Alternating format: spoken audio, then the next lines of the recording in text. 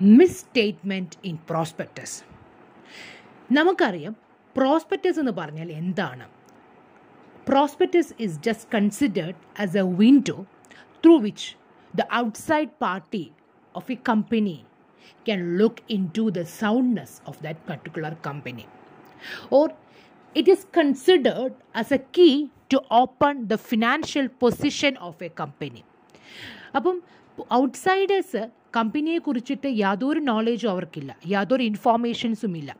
അങ്ങനെയുള്ള സമയത്ത് പ്രോസ്പെക്ടസിലൂടെയാണ്, prospectus is considered as a window, and through that window ഈ പറഞ്ഞിരിക്കുന്ന കമ്പനിക്ക് പുറത്തുള്ള, കമ്പനിയെക്കുറിച്ച് അറിവില്ലാത്തുള്ള ഔട്ട്സൈഡേഴ്സിന് കമ്പനിയെക്കുറിച്ചിട്ടുള്ള ഇൻഫോർമേഷൻ കിട്ടുന്നത് ഈ പ്രോസ്പെക്ടസിലൂടെയാണ്. It is considered as a key to open the financial position of a company. കമ്പനിയുടെ ഫിനാൻഷ്യൽ പൊസിഷനെ കുറിച്ച് അറിയുവാൻ, കമ്പനിയുടെ സൗണ്ട്നെസ്സിനെ കുറിച്ച് അറിയുവാനൊക്കെ എന്താണ് നമ്മൾ യൂസ് ചെയ്യുന്നത്? പ്രോസ്പെക്ടസ് ആണ്. അതുകൊണ്ട് തന്നെ prospectus must disclose only truth. It should be full, it should be frank, and it should be honest, and there should be a complete disclosure of all material facts. Outsiders കമ്പനിയെക്കുറിച്ച് അറിയുന്നത് ഈ ആയതുകൊണ്ട് തന്നെ prospectus truthful ആയിരിക്കണം, ഫുള്ളായിട്ട് കാര്യങ്ങൾ represent ചെയ്യണം, ഫ്രാങ്കായിട്ട് കാര്യങ്ങൾ പറയണം, ഹോണസ്റ്റ് ആയിരിക്കണം, എല്ലാ മെറ്റീരിയൽ ഇൻഫോർമേഷൻസും പ്രോപ്പറായിട്ട് അവർ ഡിസ്ക്ലോസ് ചെയ്തിരിക്കണം. എന്ന് പറഞ്ഞാൽ പുറത്തുള്ള ഔട്ട്സൈഡേഴ്സ് കമ്പനിയെക്കുറിച്ചിട്ടുള്ള വിവരങ്ങൾ ലഭിക്കുന്നത് ഈ പറഞ്ഞ ഇൻഫോർമേഷനിലൂടെയാണ്, ഈ പറഞ്ഞ പ്രോസ്പെക്ടസിലൂടെയാണ്. അപ്പോൾ പ്രോസ്പെക്ടസിനകത്ത്, അല്ലെങ്കിൽ ആ പ്രോസ്പെക്ടസ് എന്ന് പറയുന്ന ഒരു അഡ്വർടൈസ്മെൻ്റ് ആണ്. ഈ അഡ്വർടൈസ്മെൻറ്റ് കണ്ടിട്ടാണ് ആളുകൾ ഇത് നമ്മുടെ പറഞ്ഞ കമ്പനിയിൽ ഇൻവെസ്റ്റ് ചെയ്യണോ ചെയ്യണ്ടായോ എന്ന കാര്യത്തിലേക്ക് അവർ തീരുമാനത്തിലെത്തുന്നത്. അതുകൊണ്ട് തന്നെ പ്രോസ്പെക്ടസിൽ വളരെ കംപ്ലീറ്റ് ആയിട്ട്, വളരെ ജെന്യുവിനായിട്ട് വേണം കമ്പനിയെക്കുറിച്ചിട്ടുള്ള കാര്യങ്ങൾ പറയുവാൻ. അപ്പം അവിടെ നിർബന്ധമായിട്ട് നമ്മൾ ഓർക്കേണ്ടത് യാതൊരു കാര്യങ്ങളും നമ്മൾ മറച്ചു വയ്ക്കാൻ, അതായത് കൺസീൽ ചെയ്യാൻ പാടില്ല. അതായത് എന്തെങ്കിലും ഒരു കാര്യങ്ങൾ നമുക്ക് വളരെ പ്രധാനപ്പെട്ടതായിട്ടുള്ള, കമ്പനിയെ സംബന്ധിച്ച് വളരെ പ്രധാനപ്പെട്ടതായിട്ടുള്ള എന്തെങ്കിലും കാര്യങ്ങൾ പ്രോസ്പെക്ടസിനകത്ത് തെറ്റായി രേഖപ്പെടുത്താൻ പാടില്ല, അല്ലെങ്കിൽ അങ്ങനത്തെ ഒരു കാര്യങ്ങളും മറച്ചു വയ്ക്കാൻ, പ്രോസ്പെക്ടസിനുള്ളിൽ മറച്ചു വയ്ക്കാൻ പാടില്ല. That means the prospectus which contains the false, misleading, ambiguous or fraudulent statement of material fact, or if there is any suppressing of fact, then we can call that prospectus as misleading prospectus.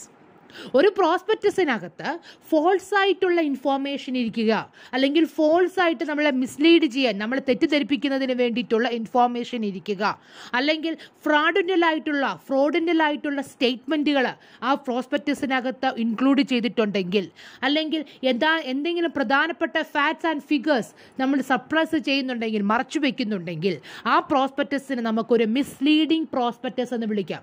Because it contains false information or it contains untrue statement in order to attract the investors. ഇൻവെസ്റ്റേഴ്സിനെ തെറ്റിദ്ധരിപ്പിച്ച്, ഇൻവെസ്റ്റേഴ്സിനെ തെറ്റിദ്ധാരണയുടെ പുറത്ത് തെറ്റിദ്ധരിപ്പിച്ച്, അല്ലെങ്കിൽ തെറ്റായിട്ടുള്ള സ്റ്റേറ്റ്മെൻറ്റുകൾ അവരുടെ മുമ്പിൽ നിരത്തി ആളുകളുടെ കയ്യിൽ നിന്ന് പണം അവരെ കൊണ്ട് നിർബന്ധിപ്പിച്ച്, അല്ലെങ്കിൽ തെറ്റിദ്ധാരണയുടെ പുറത്ത് നിർബന്ധിച്ച് പണം പ്രോസ്പെക്ടസിനകത്ത് തെറ്റിദ്ധരിപ്പിച്ച് ഇൻവെസ്റ്റേഴ്സിനെ കൊണ്ട് നമ്മുടെ കമ്പനിയിൽ ഇൻവെസ്റ്റ് ചെയ്യിപ്പിക്കുകയാണെങ്കിൽ, and that prospectus is considered as a misleading prospectus. അപ്പോൾ അങ്ങനെ ഒരു മിസ്ലീഡിംഗ് പ്രോസ്പെക്ടസ് നമ്മൾ പറഞ്ഞു. എന്താണ് misleading prospectus? Misleading prospectus means there should B sometimes there may be A untrue statement, or sometimes there may be omission of A particular fact, or sometimes there may be suppressing of any material fact, or sometimes there may be misrepresentation. ഈ 4 കൂട്ടം കാര്യങ്ങളും വരാം. ഒന്നെങ്കിൽ untrue statement ആകാം. Untrue statement എന്ന് പറഞ്ഞാൽ തെറ്റായ statement. രണ്ടാമത്തേത് omission of A particular fact, എന്തെങ്കിലും പ്രധാനപ്പെട്ട കാര്യങ്ങൾ മറന്നു പോകുക, അല്ലെങ്കിൽ അവിടെ ഒമിറ്റ് ചെയ്യുക, രേഖപ്പെടുത്താതിരിക്കുക, അല്ലെങ്കിൽ സപ്രസ് ചെയ്യുക, എന്തെങ്കിലും പ്രധാനപ്പെട്ട കാര്യങ്ങൾ സപ്രസ് ചെയ്ത് വെക്കുക, അല്ലെങ്കിൽ മിസ്റെപ്രസെൻറ്റ് ചെയ്യുക, ശരിയായിട്ടുള്ള തെറ്റായ രീതിയിൽ മിസ്റെപ്രസെൻറ്റ് ചെയ്യുക. ഇങ്ങനെയാണെങ്കിൽ we can call that particular prospectus as misleading prospectus because it mislead the investors. എങ്ങനെയൊക്കെയാണ് മിസ്ലീഡിംഗ് പ്രോസ്പെക്ടസ് ആകുന്നത്? Untrue statement, or omission of particular material fact, or if there is suppression of material fact or misrepresentation. അങ്ങനെ ഒരു untrue സ്റ്റേറ്റ്മെൻറ്റിൻ്റെ പുറത്ത്, അല്ലെങ്കിൽ ഒരു particular ഒമിഷൻ്റെ പുറത്ത്, അല്ലെങ്കിൽ suppression of material ഫാക്റ്റിൻ്റെ പുറത്ത്, മിസ്റെപ്രസെൻറ്റേഷൻ്റെ പുറത്താണ് പ്രോസ്പെക്ടസ് ഇഷ്യൂ ചെയ്യുന്നുവെങ്കിൽ the aggrieved investors can approach the court for appropriate remedy. ആ പ്രോസ്പെക്ടസ് വിശ്വസിച്ച് ഈ കമ്പനിയിൽ പണം ഇൻവെസ്റ്റ് ചെയ്യുന്നവർക്ക് കോടതിയെ സമീപിച്ച് അവർക്ക് റെമഡി കിട്ടും. അതുമാത്രമല്ല, ആ കമ്പനിയുടെ സമയത്ത് ആ കമ്പനിയും ആ പ്രോസ്പെക്ടസ് ഇഷ്യൂ ചെയ്യുന്ന ഒഫീഷ്യൽ റെസ്പോൺസിബിൾ ആയിട്ടുള്ള വ്യക്തികളും they have to face some civil liability and criminal liability. അവർക്ക് സിവിൽ ലയബിലിറ്റിയും ഉണ്ടാകും, ക്രിമിനൽ ലയബിലിറ്റിയും ഉണ്ടാകും. നോർമലി 2 തരങ്ങളിലാണ് മിസ്സ്റ്റേറ്റ്മെൻറ്റുകൾ നമ്മൾ വിളിക്കുന്നത്. ഒന്നാമത്തെ മിസ്സ്റ്റേറ്റ്മെൻറ്റ് എന്ന് പറയുന്നത് omission to state a particular material fact which is intended to mislead the investors. എന്തെങ്കിലും വളരെ പ്രധാനപ്പെട്ടതായിട്ടുള്ള എന്തെങ്കിലും കാര്യങ്ങൾ രേഖപ്പെടുത്താതിരിക്കുക, ഇതൊരു തരത്തിലുള്ള മിസ്സ്റ്റേറ്റ്മെൻറ്റ്. മറ്റൊരു തരത്തിലുള്ളതെന്ന് പറയുന്നത് നമ്മൾ രേഖപ്പെടുത്തി ഇൻക്ലൂഡ് ചെയ്തു, പക്ഷെ ഇൻക്ലൂഡ് ചെയ്തിരിക്കുന്നത് നമ്മളെ മിസ്ലീഡ് ചെയ്യത്തക്ക രീതിയിലാണ് ഇൻക്ലൂഡ് ചെയ്തിരിക്കുന്നത്. The inclusion of A statement which is misleading in the form and the context in which it is included. ആദ്യം ഞാൻ പറഞ്ഞു അത് ഒമിറ്റ് ചെയ്തു, രേഖപ്പെടുത്തിയിട്ടേ ഇല്ല. രണ്ടാമത് ഞാൻ പറഞ്ഞു രേഖപ്പെടുത്തി, but it mislead the investors. So there comes the golden rule of framing prospectus. So ഇതിൻ്റെ നമ്മൾ ഇങ്ങനെ ഒരു മിസ്സ്റ്റേറ്റ്മെൻറ്റിൻ്റെ ഒരു സാഹചര്യത്തിലാണ് ഒരു golden rule, that means the golden rule or a golden legacy as for framing the prospectus. Rule ഇതാണ്, ഒരു ഗോൾഡൻ പ്രോസ്പെക്ടസുമായി ബന്ധപ്പെട്ട ഒരു ഗോൾഡൻ റൂൾ ഇതാണ്. The person who is authorized to issue prospectus must take reasonable care that there is no misrepresentation or concealment of any material fact. Otherwise, that contract is voidable on the opinion of the allottee. And this rule is called the golden rule of framing prospectus. എന്താ പറഞ്ഞത്? The person who is authorized to issue prospectus, ആർക്കാണോ prospectus issue ചെയ്യാനുള്ള authorisation ഉള്ളത്, that particular person must take reasonable care that there is no misrepresentation or there is no concealment of any material fact. ഇവിടെ ഈ പറഞ്ഞ നമ്മൾ ഇറക്കാൻ വേണ്ടി പോകുന്ന ഈ പ്രോസ്പെക്ടസിനകത്ത് യാതൊരു തരത്തിലുള്ള മിസ്റെപ്രസെൻറ്റേഷൻ ഇല്ല എന്ന്, അല്ലെങ്കിൽ യാതൊരു തരത്തിലുള്ള കൺസീൽമെൻറ്റ് ഇല്ല എന്നുള്ള കാര്യം ഉറപ്പുവരുത്തിയിരിക്കണം. അങ്ങനെ ഉണ്ടെങ്കിൽ ദാറ്റ് കോൺട്രാക്ട് എന്തായി മാറും? വോയിഡബിൾ ആയി മാറും. വോയിഡബിൾ മീൻസ് അതായത് ആരെയാണോ കബളിപ്പിച്ച വ്യക്തി, ആ കബളിപ്പിച്ച വ്യക്തിക്ക് ആ കോൺട്രാക്ട് ക്യാൻസൽ ചെയ്യാനുള്ള റൈറ്റ് ഉണ്ട് എന്നർത്ഥം. And that rule is called golden rule. The golden rule means the person who is authorized to issue prospectus must take reasonable care that there is no misrepresentation or concealment of any material fact. And that rule is called golden rule. That means he have to take a reasonable care that there is no misrepresentation in the prospectus and there is no concealment of material fact in the prospectus. And this rule is called golden rule of framing prospectus. So next comes when there is a misrepresentation, who will be liable for the misrepresentation? That means the liable for the misstatement in prospectus. അങ്ങനെ ഒരു മിസ്സ്റ്റേറ്റ്മെന്റ് ഉണ്ടെങ്കിൽ ആരാണ് liable ആയിരിക്കുന്നത്?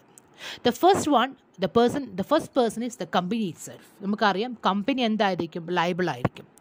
Second one, the person who is a director of the company at the time of issue of prospectus, or who has been authorized himself to be named as a director in the prospectus, or who is agreed to become a director of the company. ആദ്യം പറഞ്ഞത് company prospectus issue ചെയ്യുന്ന സമയത്ത് നിലവിലത്തെ നമ്മൾ director, അല്ലെങ്കിൽ director ആണ് എന്ന് പറഞ്ഞ് പേര് നൽകുക, അല്ലെങ്കിൽ who authorise himself to be named as a director, പ്രോസ്പെക്ടസിനകത്ത് ഡയറക്ടർ എന്ന് പറഞ്ഞ് ഓതറൈസ് ചെയ്തിരിക്കുന്ന വ്യക്തി, അല്ലെങ്കിൽ ദ പേഴ്സൺ ഹു ഇപ്പം നിലവിൽ ഡയറക്ടർ അല്ല പക്ഷെ ഡയറക്ടർ ആകാമെന്ന് എഗ്രി ചെയ്തിരിക്കുന്ന വ്യക്തികളുണ്ടെങ്കിൽ അവർ, or promoter of the company, or the person who has authorized the issue of prospectusനകത്ത് authorization കൊടുത്തിരിക്കുന്ന വ്യക്തികൾ, or any expert.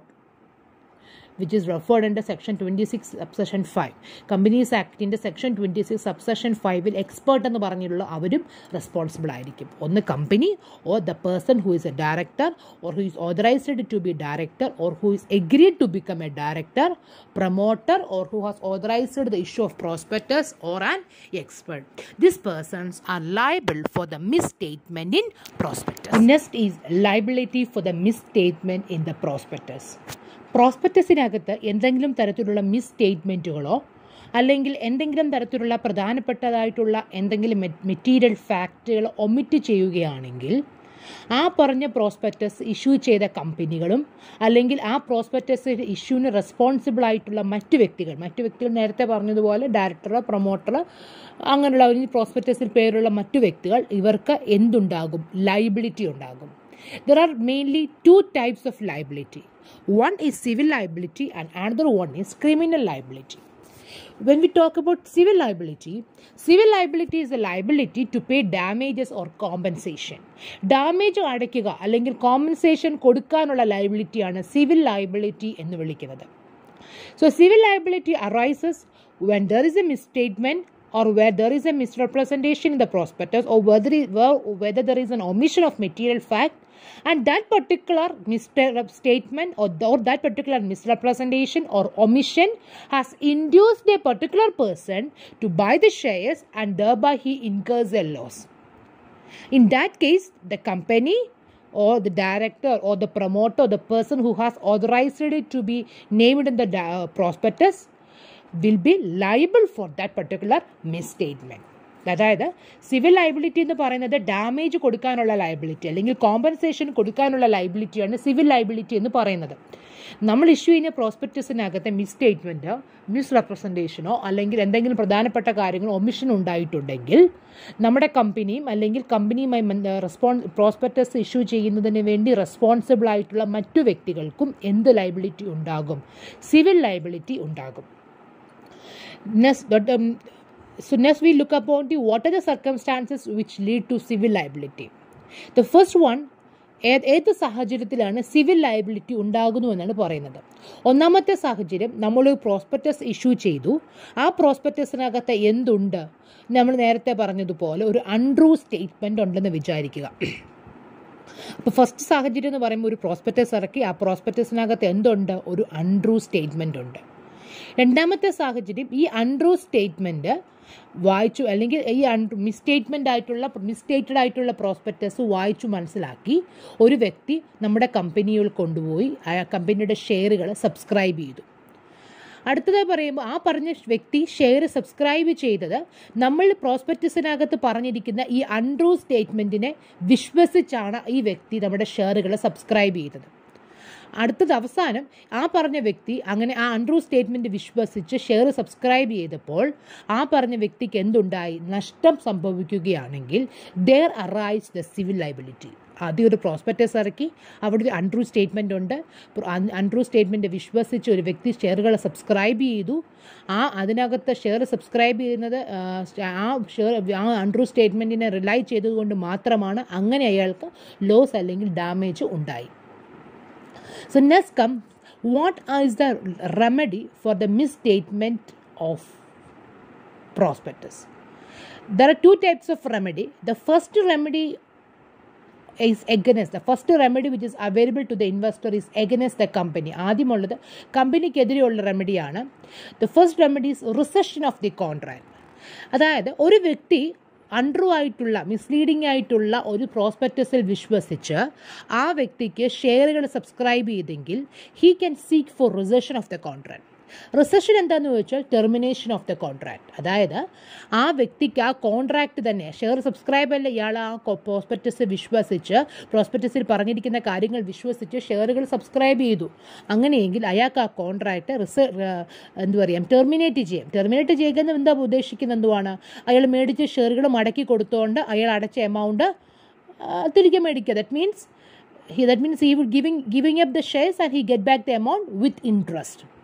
And this remedy is available only to those persons who have subscribed the shares on the faith of the prospectus and അതായത് prospectus മേടിച്ചിട്ടുണ്ടെങ്കിൽ പ്രോസ്പെക്ടസിൽ പണം കൊടുത്ത് മേടിച്ചിട്ടുണ്ടെങ്കിൽ മാത്രമേ നമുക്ക് ഈ remedy കിട്ടത്തുള്ളൂ. That mean recession means എന്താ പറഞ്ഞത്, ഒരു വ്യക്തി പ്രോസ്പെക്ടസ് മേടിച്ചു, അത് അൺട്രൂ ആയിട്ടുള്ള പ്രോസ്പെക്ടസ് ആണ്, മിസ്ലീഡിംഗ് ആയിട്ടുള്ള പ്രോസ്പെക്ടസ് ആണെങ്കിൽ he can call for rescission. Rescission means what? Rescission means cancellation of the contract. That means he have to give up the shares. അയാൾ മേടിച്ച എമൗണ്ട് ഇയാൾക്ക് തെറ്റായ പ്രോസ്പെക്ടസ് ആണ് എന്ന് മനസ്സിലായി കഴിഞ്ഞാൽ ഏത് പ്രോസ്പെക്ടസ് നോക്കിയാണോ ആ കമ്പനിയുടെ ഷെയർ അയാൾ മേടിച്ചതെങ്കിൽ ആ കമ്പനിയുടെ ഷെയർ അയാൾക്ക് മടക്കി കൊടുത്തുകൊണ്ട് അയാൾ കൊടുത്ത എമൗണ്ടും വിത്ത് ഇൻട്രസ്റ്റ് അയാൾക്ക് തിരികെ മേടിക്കാം. എപ്പോൾ മേടിക്കും മാത്രമേ ഇത് കിട്ടത്തുള്ളൂ? അയാൾ ആ പറഞ്ഞ ഷെയർ മേടിച്ചിട്ടുണ്ടെങ്കിൽ മാത്രമേ അത് തിരികെ കൊടുക്കാൻ പറ്റത്തുള്ളൂ. And this is called what? Rescission of the contract. അപ്പം അങ്ങനെയാണെങ്കിൽ ഇനി എങ്ങനെയാണ് ആ പണം തിരികെ കിട്ടുന്നതെന്ന് ചോദിച്ചാൽ, an investor can resign the contract by filing a suit against the company. For that he have to file a suit. ഒരു കമ്പനിക്കെതിരെ ഒരു കേസ് ഫയൽ ചെയ്യണം. When the court pass an order of suit against the company for the rescission of the contract, then the investor can get back his amount with interest. കോടതി അത് ശരിയെന്ന് യോജിക്കുവാണെങ്കിൽ he can call for his amount and he have to give up the shares. കമ്പനിയുടെ share അയാൾ മടക്കി കൊടുത്ത് അയാൾ അടിച്ച എമൗണ്ട് അയാൾക്ക് തിരികെ മേടിക്കും. അങ്ങനെ അയാൾ ഷെയറും ഡിബഞ്ചറും റിട്ടേൺ ചെയ്ത് കമ്പനിയുടെ ഷെയർ മേടിക്കുമ്പോൾ കമ്പനിയുടെ രജിസ്റ്ററിനകത്ത് അയാളുടെ ഷെയർ ഹോൾഡർ എന്ന് പറഞ്ഞ രേഖപ്പെടുത്തുമല്ലോ, അതിനകത്ത് നല്ല പേര് റിമൂവ് ചെയ്യുകയും ചെയ്യും. അടുത്ത കേസ്, ഇങ്ങനെ റിസഷൻ ചെയ്യണമെങ്കിൽ there should be some conditions. അവിടെ കുറച്ച് കണ്ടീഷൻസ് നമ്മൾ എഗ്രി ചെയ്യണം. ഒന്നാമത്തെ കണ്ടീഷൻ എന്ന് പറയുന്നത് അവിടെ ഒരു ഫോൾസ് റെപ്രസെൻറ്റേഷൻ നടന്നിരിക്കണം. ഒരു ഫോൾസ് ആയിട്ടുള്ള അല്ലെങ്കിൽ മിസ്റ്റേക്കഡ് ആയിട്ടുള്ള ഒരു പ്രോസ്പെക്ടസ് അവിടെ ഉണ്ടായിരിക്കണം. Second one is that the false representation must be of some fact which is material. അതായത് വളരെ ഏറ്റവും പ്രധാനപ്പെട്ട അല്ലെങ്കിൽ ആ ഒരു വ്യക്തി പ്രോസ്പെക്ടസിലൂടെയാണ് ഒരു കമ്പനിയിൽ ഇൻവെസ്റ്റ് ചെയ്യണോ വേണ്ടായോ എന്ന് തീരുമാനിക്കുന്നത്. അപ്പം അങ്ങനെ ഒരു തീരുമാനം എടുക്കുന്നതിന് വേണ്ടി സഹായകമായിട്ടുള്ള ഏറ്റവും പ്രധാനപ്പെട്ട ഇൻഫോർമേഷനിലാണ് എന്ത് സംഭവിച്ചിരിക്കുന്നത്? ഈ false representation വരുത്തിയിരിക്കുന്നത്. 3. The false representation have induced the investor to purchase the shares. ആ തെറ്റായ റെപ്രസെൻറ്റേഷൻ അയാളെ ഇൻഡ്യൂസ് ചെയ്തു. എന്തിനു വേണ്ടി? ഷെയറുകൾ മേടിക്കുവാൻ അയാൾ ഇൻഡ്യൂസ് ചെയ്തിട്ടുണ്ട്. അതായത് അയാളെ പ്രോത്സാഹിപ്പിച്ചു. ആ സ്റ്റേറ്റ്മെൻറ്റ് കണ്ടിട്ടാണ്, തെറ്റായ സ്റ്റേറ്റ്മെൻറ്റ് ആയാണ് അയാളെ ഇൻഡ്യൂസ് ചെയ്ത് അയാൾ മേടിച്ചത്. ആൻഡ് ദി ഇൻവെസ്റ്റർ ഹാവ് അടുത്ത കണ്ടീഷൻ എന്ന് പറയുന്നത് അയാളത് പർച്ചേസ് ചെയ്തിരിക്കണം. യഥാർത്ഥത്തിൽ തന്നെ ഫുൾ എമൗണ്ട് കൊടുത്ത് അയാളത് പർച്ചേസ് ചെയ്തിരിക്കണം. And the fifth one, the company is responsible for the false statement only when the prospectus is issued by the company or by someone with the authority of the company. ഇത് prospectus ഇങ്ങനൊരു നമുക്കൊരു റിസർച്ചിൻ്റെ ഒരു കിട്ടണമെങ്കിൽ prospectus അതിനകത്ത് യഥാർത്ഥത്തിൽ company issue ചെയ്ത prospectus തന്നെയായിരിക്കണം, അല്ലെങ്കിൽ company authorisation കൊടുത്തിരിക്കുന്ന മറ്റു വ്യക്തികൾ ഇഷ്യൂ ചെയ്തിട്ടുള്ള prospectus തന്നെയായിരിക്കണം. And the investor should take action for the rescission within a reasonable time. ഒരു ടൈമിനുള്ളത്, ഒരു റീസണബിൾ ടൈം ഉണ്ടെങ്കിൽ, ആ റീസണബിൾ സമയം ഉണ്ടെങ്കിൽ, ആ സമയത്തിനുണ്ടെങ്കിൽ ഉണ്ടെങ്കിൽ തന്നെയാണ് കോൺട്രാക്റ്റ് ക്യാൻസൽ ചെയ്തിരിക്കണം. ഇന്ന് ഒരു കോൺട്രാക്റ്റ് പ്രോസ്പെക്ടസ് മേടിച്ച് 10 വർഷം കഴിഞ്ഞിട്ടല്ല അതിനെ ക്യാൻസൽ ചെയ്യേണ്ടത്. റീസണബിൾ ടൈമിനുള്ളിൽ തന്നെ ഇത് ക്യാൻസൽ ചെയ്യാൻ ശ്രമിക്കുക. അപ്പം റിസഷൻ എന്ന് പറഞ്ഞു കഴിഞ്ഞാൽ കോൺട്രാക്റ്റ് ക്യാൻസൽ ചെയ്യുക. ഒരു വ്യക്തിക്ക് മനസ്സിലാവുകയാണ് പ്രോസ്പെക്ടസ് മിസ്ലീഡിംഗ് എന്ന് മനസ്സിലായി കഴിഞ്ഞെങ്കിൽ he can call for rescission. Rescission എന്ന് പറഞ്ഞാൽ എന്തോ ഞാൻ പറഞ്ഞത്, അയാൾക്ക് കോൺട്രാക്റ്റ് ക്യാൻസൽ ചെയ്യാം. കോൺട്രാക്റ്റ് ക്യാൻസൽ ചെയ്യുമ്പം അയാൾ മേടിച്ച ഷെയർ മടക്കി കൊടുത്തുകൊണ്ട് അയാളുടെ നിന്ന് മേടിച്ച എമൗണ്ട് കമ്പനി തിരികെ കൊടുക്കണം അയാൾക്ക്. അവിടെ കുറച്ച് കണ്ടീഷൻ പറയുന്നുണ്ട്. ഫോൾസ് റെപ്രസെൻറ്റേഷൻ ആയിരിക്കണം. ഫോൾസ് റെപ്രസെൻറ്റേഷൻ ഒരു മെറ്റീരിയൽ ഫാക്റ്റുമായിട്ട് ബന്ധപ്പെട്ടതായിരിക്കണം. ആ മെറ്റീരിയൽ ഫാക്റ്റ് ഈ പറഞ്ഞ ഇൻവെസ്റ്ററിനെ കമ്പനി ഇൻവെസ്റ്റ് ചെയ്യാൻ ഇൻഡ്യൂസ് ചെയ്തിരിക്കണം. ആ മെറ്റീരിയൽ ഫാക്റ്റ് കണ്ട് അയാൾ യഥാർത്ഥത്തിൽ ആ പറഞ്ഞ ഷെയർ ബൈ ചെയ്തിട്ടുണ്ടായിരിക്കണം. അതുപോലെ തന്നെ ആ കമ്പനി പ്രോപ്പറായിട്ടുള്ള അതോറിറ്റി ഉള്ള വ്യക്തികൾ തന്നെയായിരിക്കണം പ്രോസ്പെക്ടസ് ഇഷ്യൂ ചെയ്യുന്നത്. റീസണബിൾ ടൈമിൽ തന്നെ പ്രോസ്പെക്ടസ് ക്യാൻസൽ ചെയ്യാൻ ശ്രമിക്കുക. Second remedy against the company is suit for damage. Damage നമുക്ക് ക്ലെയിം ചെയ്യാൻ സാധിക്കും. If the misstatement in a prospectus amount to a fraud, then the aggrieved party can sue for compensation from the company. അപ്പം നമുക്ക് വേണമെങ്കിൽ എന്ത് claim ചെയ്യാം? Compensation company. പക്ഷേ ഇങ്ങനെ കോമ്പൻസേഷൻ ചെയ്യണമെങ്കിൽ നമ്മൾ യഥാർത്ഥത്തിൽ മേടിച്ചിരിക്കണം കേട്ടോ. കോൺട്രാക്ട് നമ്മൾ കോമ്പൻസേഷൻ നമ്മൾ യഥാർത്ഥത്തിൽ ഷെയർ മേടിച്ചിരിക്കണം. അതുമാത്രമല്ല ആ ഷെയർ ആ കോൺട്രാക്ട് നമ്മൾ ക്യാൻസൽ ചെയ്തിരിക്കുകയും ചെയ്യണം. അതായത് ഒരേ സമയത്ത് നമുക്ക് നമ്മുടെ കയ്യിലുള്ള ഷെയറുകളുടെ കയ്യിൽ മേടിച്ചുകൊണ്ട് നമുക്ക് കോമ്പൻസേഷൻ മേടിക്കാൻ പറ്റത്തില്ല. കോമ്പൻസേഷൻ നമ്മൾ മേടിക്കുകയാണെങ്കിൽ നമ്മൾ കയ്യിലിരിക്കുന്ന ഷെയറുകൾ നമ്മൾ മടക്കി കൊടുത്തിരിക്കണം. അതെപ്പോഴും ഓർത്തോണം. If a particular person want to file a suit for damage, he have to always remind that he have to give that particular share all give back ചെയ്തിരിക്കണം. അല്ലാതെ അയാൾക്കത് ചെയ്യാൻ പറ്റത്തില്ല. അവിടെയും കുറച്ച് നമ്മൾ നേരത്തെ പറഞ്ഞതുപോലെ തന്നെ അങ്ങനെ ചെയ്യണമെങ്കിൽ there should be the company can be made liable only if it is prove that there is a false representation in the prospectus which is issued by the company within the proper authority. നേരത്തെ പറഞ്ഞ പോലെ തന്നെ conditions അവിടെയും ഉണ്ടെന്നുള്ള കാര്യത്തിൽ നമ്മൾ ഉറപ്പ് വരുത്തിയിരിക്കണം. അതായത് ഈ പറഞ്ഞ 2 റെമഡി, ഒന്ന് suit for damage, suit for റിസഷനും, 2 സ്യൂട്ട് ഫോർ ഡാമേജ് എന്ന് പറയുന്നത് കമ്പനിക്കെതിരെയുള്ള റെമഡിയാണ്. അടുത്ത റെമഡി എന്ന് പറയുന്നത് കമ്പനിയുടെ മറ്റു വ്യക്തികൾ, ഡയറക്ടർ, പ്രൊമോട്ടർ, ഞാൻ നേരത്തെ പറഞ്ഞിട്ടുണ്ടല്ലോ, ഡയറക്ടർമാർ, പ്രൊമോട്ടർ, എക്സ്പേർട്സ്, ഇവർക്കെതിരെയുള്ള ഈ പറഞ്ഞ അഗ്രീഡ് ഇൻവെസ്റ്റർ അല്ലെങ്കിൽ തെറ്റായ പ്രോസ്പെക്ടസ് വിശ്വസിച്ച് കമ്പനിയുടെ ഷെയർ മേടിച്ച ഇൻവെസ്റ്റേഴ്സിനുള്ള റെമഡി എന്ന് പറയുന്നത് 2 റെമഡിയാണ്. ഒന്ന് suit for compensation, 2 suit for damage. ഇത് ആർക്കെതിരെയുള്ളത്? കമ്പനിക്കെതിരെയല്ല, കമ്പനി പ്രൊമോട്ടർമാർ, ഡയറക്ടർമാർക്ക്, എക്സ്പേർട്ടിൽ നിന്നും. ഇവരുടെ കയ്യിൽ നിന്ന് നമുക്ക് എന്ത് മേടിക്കാൻ പറ്റും? കോമ്പൻസേഷൻ അല്ലെങ്കിൽ ഡാമേജ് മേടിക്കാൻ പറ്റും. The first one is suit for compensation, where it is proved that a prospectus has been that means there is a misstatement in prospectus, and in that case the director, promoter shall be personally liable. നമ്മൾ നേരത്തെ പറഞ്ഞത് കമ്പനിക്കുണ്ടായ ലയബിലിറ്റിയാണ്, ഇത് ഇവരുടെ liability. അങ്ങനെ ഉണ്ടെങ്കിൽ മിസ്റ്റേറ്റഡ് ആയിട്ടുള്ള prospectus ഉണ്ടെങ്കിൽ ഇവർക്ക് പേഴ്സണൽ ലയബിലിറ്റി ഉണ്ടായിരിക്കും. So this is a suit for compensation. They have to compensate the aggrieved investors.